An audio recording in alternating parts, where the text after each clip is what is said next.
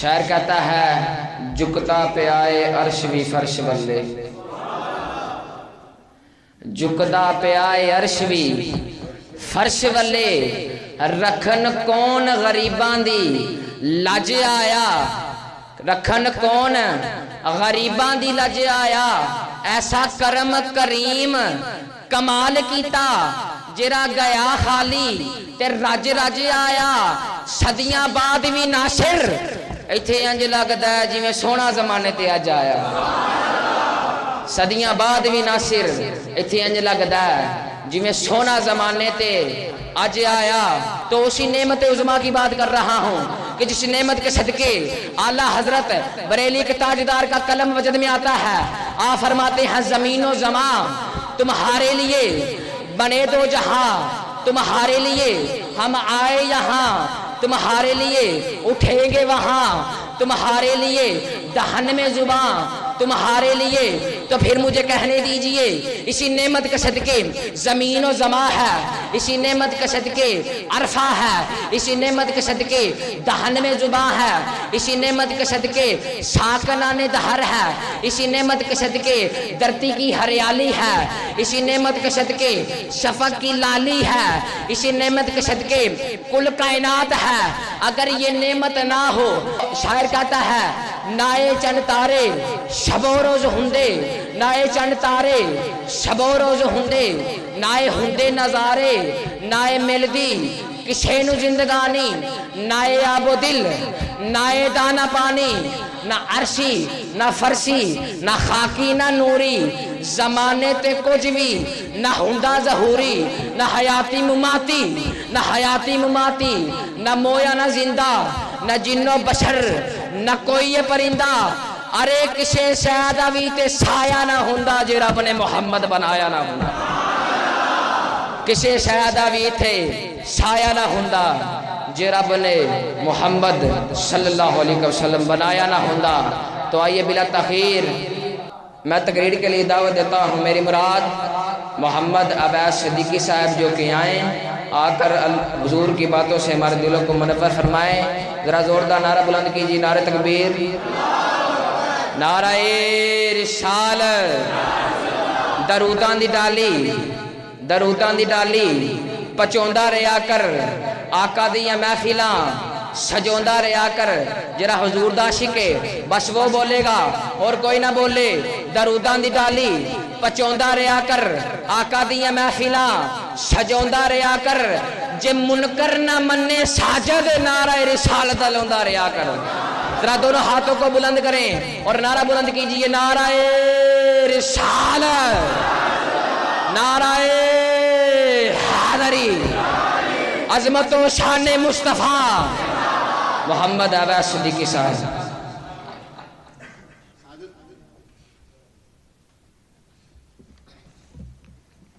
بسم اللہ الرحمن الرحیم، رب اشرح لی صدری ویسر لی امری واحلل عقدۃ من لسانی یفقہوا قولی، نحمدہ ونصلی ونسلم علی رسولہ الکریم،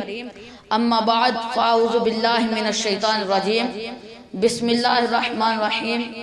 قال اللہ تبارک و تعالی فی القرآن المجید والفرقان الحمید، وَلَلْآخِرَةُ خَيْرٌ لَكَ مِنَ الْأُولَى وَلَسَوْفَ يُعْطِيكَ رَبُّكَ فَتَرْضَىٰ۔ صدق اللہ العظیم۔ ان اللہ وملائکتہ یصلون علی النبی یا ایہا الذین آمنوا صلوا علیہ وسلموا تسلیما۔ سب مل کر باواز بلند درود پاک پڑھ لیجیے۔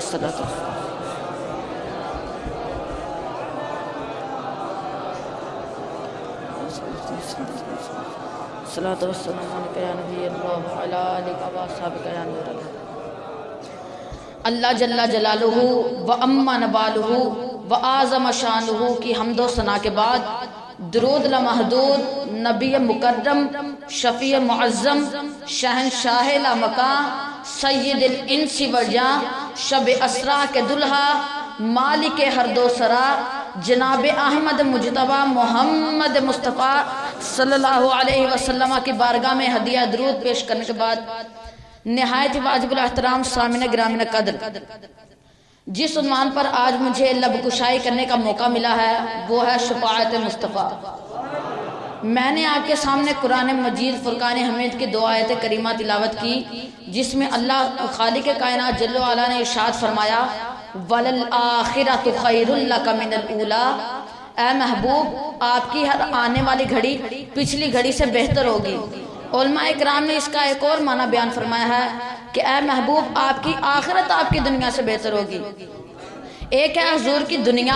اور ایک ہے آپ کی آخرت، اور اللہ فرما رہا ہے آپ کی آخرت آپ کی دنیا سے بہتر ہوگی۔ اب اس بات پر ذرا غور فرمائیے کہ معراج کا معجزہ حضور کو دنیا میں ملا یا آخرت میں؟ اللہ کا دیدار حضور کو دنیا میں ہوا یا آخرت میں؟ یقیناً یہ سب دنیا میں ہوا ہے۔ اب سوچئے کہ معراج تو ہو گئی دنیا میں، دیدار تو ہو گیا دنیا میں، پردے تو ہٹے دنیا میں، اور اللہ فرما رہا ہے وَلَلْآخِرَةُ خَيْرٌ لَكَ مِنَ الْأُولَىٰ، اے محبوب آپ کی آخرت آپ کی دنیا سے بہتر ہوگی۔ اب وہ کیسے؟ وہ ایسے کہ دنیا کی زندگی اے محبوب تو نے ایسے گزاری جیسے میں چاہتا تھا، تجھے پتھر مارے گئے، تو نے دعائیں دی، تیرے راستے میں کانٹے بچھائے گئے، تو نے اف تک نہ کیا، تجھے گالیاں نکالی گئی، تو مسکراتا رہا کیونکہ میرا منشا و مرضی ہی تھی۔ تو محبوب دنیا کو بتا دو کہ دنیا دار العمل ہے اور آخرت دار الجزا ہے۔ جو دنیا میں کرو گے اس کا بدلہ آخرت میں ملے گا، جو دنیا میں کرو گے اس کا بدلہ آخرت میں ملے گا۔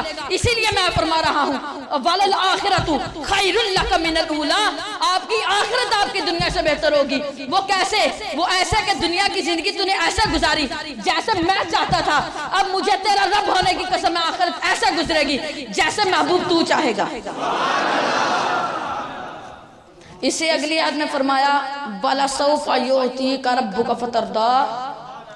اے محبوب آپ کا رب آپ کو اتنا دے گا کہ آپ راضی ہو جائیں گے۔ جب آیت کا یہ حصہ نازل ہوا تو حضور مسکرانے لگے۔ صحابہ فرماتے ہیں کہ حضور اتنا مسکرائے کہ آپ کی داڑھ مبارک ظاہر ہوئی۔ ہم نے عرض کی حضور آج اتنا مسکرانے میں حکمت کیا ہے؟ تو حضور نے ارشاد فرمایا اے میرے غلاموں، اے میرے غلاموں، میرے رب نے مجھ سے ایک وعدہ فرمایا ہے کہ وہ مجھے اتنا دے گا کہ میں راضی ہو جاؤں گا۔ حضرات گرامی ذرا توجہ چاہتا ہوں، وہ مجھے اتنا دے گا کہ میں راضی ہو جاؤں گا، وہ مجھے اتنا دے گا کہ میں راضی ہو جاؤں گا، اور میں اس کا محبوب ہوں اور تمہارا نبی ہوں۔ ایک وعدہ میں بھی تم سے کرتا ہوں کہ میں تب تک راضی ہی نہیں ہوں گا جب تک سارے غلاموں کو بشوا کر جنت میں نہ لے جاؤں۔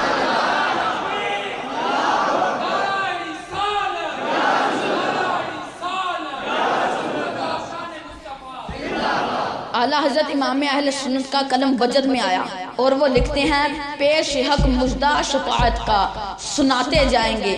پیش حق مژدہ شفاعت کا سناتے جائیں گے، آپ روتے جائیں گے اور ہم کو ہنساتے جائیں گے۔ اور وسعتیں دی ہیں خدا نے دامن محبوب کو، وسعتیں دی ہیں خدا نے دامن محبوب کو کہ جرم کھلتے جائیں گے اور وہ چھپاتے جائیں گے۔ حضرات محترم، حضور ہماری شفاعت فرمانے والے ہیں۔ شفاعت بنا ہے شفع ان سے، اور اس کا معنی ہے کسی کو ملانا، اور حضور ہمارے شفیع ہیں، یعنی حضور اپنے گناہگار امت کو جہنم سے بچا بچا کر اپنے ساتھ ملا ملا کر جنت میں لے جائیں گے۔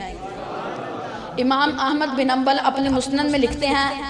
کہ حضور صلی اللہ تعالیٰ علیہ وسلم 3 دن تک مسجد نبوی میں نماز پڑھاتے ہی اپنے حجرے شریف میں تشریف لے جاتے، صحابہ میں نہ بیٹھتے۔ صحابہ تو آتے ہی حضور کی زیارت کے لیے تھے، لیکن 3 دن تک زیارت و ملاقات نہ ہوئی تو صحابہ اکرام پریشان ہو گئے۔ تیسرے دن حضور تشریف لائے اور فرمایا کیا تم جانتے ہو کہ میں تم میں کیوں نہ بیٹھا؟ تو صحابہ نے عرض کی حضور اللہ و رسول عالم، اللہ اور اس کا رسول بہتر جانتے ہیں۔ تو حضور نے ارشاد فرمایا کہ 3 دن تک میرا رب مجھ سے ایک مشورہ فرماتا رہا۔ میرے رب نے مجھ سے فرمایا کہ اے محبوب ہم آپ کی امت کے 70,000 بندوں کو بغیر حساب بخش دیں تو کیا آپ راضی ہیں؟ میں نے عرض کی مولا کم ہے تھوڑے اور زیادہ کر دے۔ تو رب نے ارشاد فرمایا اے محبوب ہم آپ کی امت کے 70,000 بندوں کو اس طرح بخشیں گے کہ ہر 1000 کے ساتھ 70,000 بندے اور ہوں گے۔ تو حضور نے عرض کی مولا کم ہے تھوڑے اور زیادہ کر دے۔ تو رب نے ارشاد فرمایا اے محبوب گواہ رہو کہ ہم تیری امت کے 70,000 بندوں کو اس طرح بخشیں گے کہ ہر ایک کے ساتھ 70,000 بندے اور ہوں گے۔ ایک اور حدیث مبارکہ سنیے، حضور صلی اللہ تعالیٰ علیہ وسلم نے ارشاد فرمایا کہ میرے رب نے مجھے دو چیزوں میں سے ایک چیز کو اختیار کرنے کا حکم ارشاد فرمایا۔ میرے رب نے مجھ سے فرمایا کہ اے محبوب، یا تو آپ یہ پسند فرما لیں کہ ہم آپ کی آدھی امت کو بغیر حساب بخش دیتے ہیں اور باقی کی آدھی امت کا حساب لے لیتے ہیں، یا ہم آپ کو حق شفاعت دے دیتے ہیں۔ تو حضور نے عرض کی مولا تو مجھے حق شفاعت ہی دے دے، کیونکہ اگر آدھی امت والا سودا قبول کر لیا تو باقی کی آدھی امت کا حساب ہوگا، اور اگر حساب والوں میں سے کوئی پکڑا گیا، اس نے مجھے پکارا تو اس کی مدد کو نہ جا سکوں گا، اسی لیے مولا تو مجھے حق شفاعت ہی دے دے، تاکہ میں ہر امتی کے پیچھے بھاگ بھاگ کر اسے بچا کر جنت میں اپنے ساتھ لے جاؤں۔ حضرت عائشہ صدیقہ رضی اللہ تعالی عنہا سے روایت ہے کہ حضور نے ارشاد فرمایا، اے عائشہ، اگر کسی کے 2 نابالغ بچے فوت ہو جائیں اور وہ ان کی وفات پر صبر کریں تو وہ جنتی ہیں، اللہ تعالیٰ انہیں جنت نصیب فرمائے گا۔ اب آپ تو جانتا ہے کہ حضرت عائشہ تمام امت کے مومنین کی ماں ہیں، تو ماں کو تو اپنے ہر بچے کا خیال ہوتا ہے، تو حضرت عائشہ نے عرض کی حضور اگر کسی کا ایک بچہ ایسا ہو تو اس کا کیا ہوگا؟ تو حضور نے ارشاد فرمایا کہ اے عائشہ، اگر کسی کا ایک بچہ ہی فوت ہو جائے اور وہ اس کی وفات پر صبر کریں وہ بھی جنتی ہیں۔ تو اب حضرت عائشہ کو ان روحانی بچوں کا خیال آیا کہ جو بے اولاد ہوں گے، تو انہوں نے دیکھا کہ دریائے رحمت مصطفیٰ جوش میں ہے، تو انہوں نے عرض کی حضور اگر کسی کا کوئی نہ ہو تو میرے اور آپ کے کریم آقا محمد مصطفیٰ نے ارشاد فرمایا فَإِن لَمْ يَكُنْ فَكَفَيْتُهُ، اے عائشہ سن لو، اگر کسی کے 2 نابالغ بچے فوت ہو جائیں اور وہ اس کی وفات پر صبر کریں وہ بھی جنتی، اگر کسی کا ایک بچہ ہی ایسا ہو وہ بھی جنتی، اور اگر کسی کا کوئی نہ ہو اس کے لیے محمد عربی ہی کافی ہے۔ میرے بڑے بھائی اور استاد محترم لکھتے ہیں، مصطفیٰ نے گزاری ہے یوں زندگی، مصطفیٰ نے گزاری ہے یوں زندگی، لب پر جاری رہا امتی امتی، اور ہاں امتی سن لو، امتی خوش نصیبی بڑی ہے تیری، تجھ کو روز حشر آسرا مل گیا۔ محترم دوستوں اور بزرگوں، ہر بندہ جانتا ہے کہ اگر زندگی میں کوئی اگر زندگی میں کوئی ہم پر احسان کرتا ہے تو ہر سعادت مند انسان ساری زندگی اس کا احسان مند رہتا ہے۔ آپ کا کیا خیال ہے، قیامت میں حضور کی شفاعت سے بڑا بھی کوئی احسان ہو سکتا ہے؟ اسی لیے ہم ہر لمحہ ہر وقت حضور کے گن گاتے رہتے ہیں، اسی لیے ہمیں کائنات کے ذرے ذرے میں حضور کے جلوے نظر آتے ہیں، اسی لیے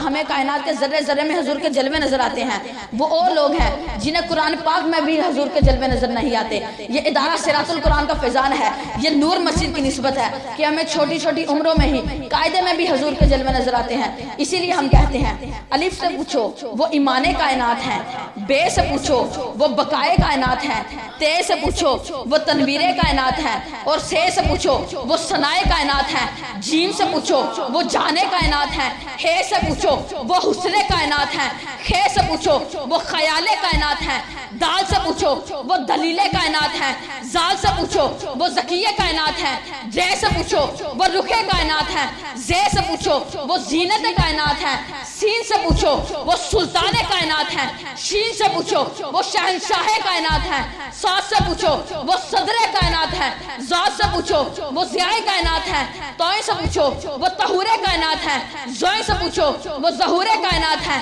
عین سے پوچھو وہ عظمت کائنات ہیں، غین سے پوچھو وہ غیور کائنات ہیں، فے سے پوچھو وہ فخر کائنات ہیں، کاف سے پوچھو وہ قبلہ کائنات ہیں، پھر کاف سے پوچھو وہ کعبہ کائنات ہیں، گا سے پوچھو وہ گلاب کائنات ہیں، لام سے پوچھو وہ لجپالے کائنات ہیں، میم سے پوچھو وہ مظہر کائنات ہیں، نون سے پوچھو وہ نور کائنات ہیں، ہے سے پوچھو وہ ہادی کائنات ہیں، واو سے پوچھو وہ والی کائنات ہیں، یہ سے پوچھو وہ یکتا کائنات ہیں، پھر بڑی یہ سے پوچھو اس نے گھٹنے بچھا کے کہا، سر جھکا کے کہا، نظریں جما کے کہا، کندو شکر نبات کو یکجا اگر کریں گل کی ہر ایک ذات کو، یکجا اگر کریں رنگین یہ حیات کو، یکجا اگر کریں جتنا بھی رنگ نور لیے یہ کائنات ہے، یہ سب تبسم شہیدی کی زکات ہے۔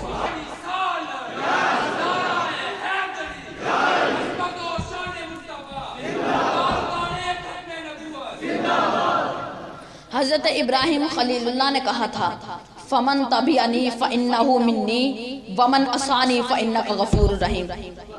مولا جو نیک ہیں وہ میرے ہیں اور جو گناہگار ہیں وہ تیرے ہیں۔ حضرت ابراہیم خلیل اللہ ہیں، ان کی شان و عظمت پر ہماری جانیں قربان ہوں، لیکن اس پہلو پر ذرا غور فرمائیے کہ وہ خلیل اللہ ہیں جو کہتے ہیں جو نیک ہے وہ میرا ہے، جو گناہگار ہے وہ تیرا ہے، اور ایک ہستی ادھر مدینے میں بھی دعا مانگ رہی ہے۔ میرے اور آپ کے کریم آقا عرض کرتے ہیں مولا خلیل اللہ نے کہا تھا جو نیک وہ تیرا، جو نیک وہ میرا، جو گناہگار وہ تیرا، اور میں تیرا محبوب ہوں۔ ایک عرض میری بھی ہے، عباد الصالحون للہ و عباد التالحون لی، مولا نیک سارے تو رکھ لے، گناہگار سارے مجھے عطا کر دے۔ یہی وجہ ہے کہ میدان محشر میں جہاں رب کے جلال کے آگے انبیاء کرام بھی کانپتے ہوں گے، اسی نقشے کو بیان کرتے ہیں میاں محمد عارف کھڑی رحمۃ اللہ تعالی علیہ۔ آپ فرماتے ہیں عدل کریں تے تھڑ تھڑ کمبن اچیاں شانہ والے، مولا عدل کریں تے تھڑ تھڑ کمبن اچیاں شانہ والے، تے فضل کریں تے بخشے جاون میں ورگے مکالے۔ حضرات محترم علماء اکرام بیان کرتے ہیں کہ حضرت عیسیٰ جیسے پیغمبر رب کے آگے گھٹنے بچھائیں گے، ہاتھ جوڑیں گے اور عرض کریں گے مولا مجھے چھوڑ دے، میں اپنی اماں مریم کا بھی نہیں پوچھتا۔ حضرت ابراہیم کہیں گے مولا مجھے چھوڑ دے، میں اپنے بیٹے اسماعیل کا بھی نہیں پوچھتا، اور حضرت موسیٰ جیسے جلیل القدر نبی کہیں گے مولا مجھے چھوڑ دے، میں اپنے بھائی ہارون کا بھی نہیں پوچھتا۔ اور اتنے میں میرے اور آپ کے کریم آقا کی آمد ہوگی۔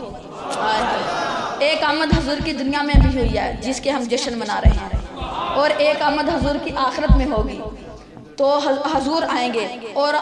گھٹنے بچھائیں گے، ہاتھ جوڑیں گے اور عرض کریں گے مولا میں اپنے بیٹے حسن و حسین کا بھی نہیں پوچھتا، میں اپنی بیٹی فاطمہ کا بھی نہیں پوچھتا، میں اپنے ابو بکر عمر کا بھی نہیں پوچھتا، مولا میں اپنا بھی نہیں پوچھتا، میری گناہگار امت کو چھوڑ دے۔ واہ کسی نے کیا خوب کہا ہے،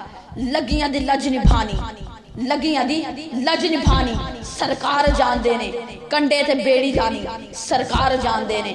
ہو کے تہاواں بھرنا دوزخ تو ایویں ڈرنا، ہو کے تہاواں بھرنا دوزخ تو ایویں ڈرنا، دوزخ دی اگ بجھانی سرکار جان دینے۔ اسی رحمت کی امید پر میرے بڑے بھائی لکھتے ہیں کاش محشر میں کہہ دے میرا چارہ گر، کاش محشر میں کہہ دے میرا چارہ گر، رکھ لیا ہے بھرم آؤ آؤ ادھر، جا کے ممتاز کو جلد دے دو خبر، لے تجھے خلد میں داخلہ مل گیا۔